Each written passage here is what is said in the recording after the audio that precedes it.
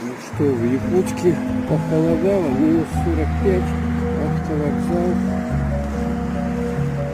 Сегодня какое у нас 12 число. Холодно, холодно, -45 с утра. Туманчик, как мы видим. Но жизнь в городе не затихает. Люди, как всегда, идут, едут на работу. В целом вот так. Погода типичная для Якутска в декабре, в общем. Так что все нормально.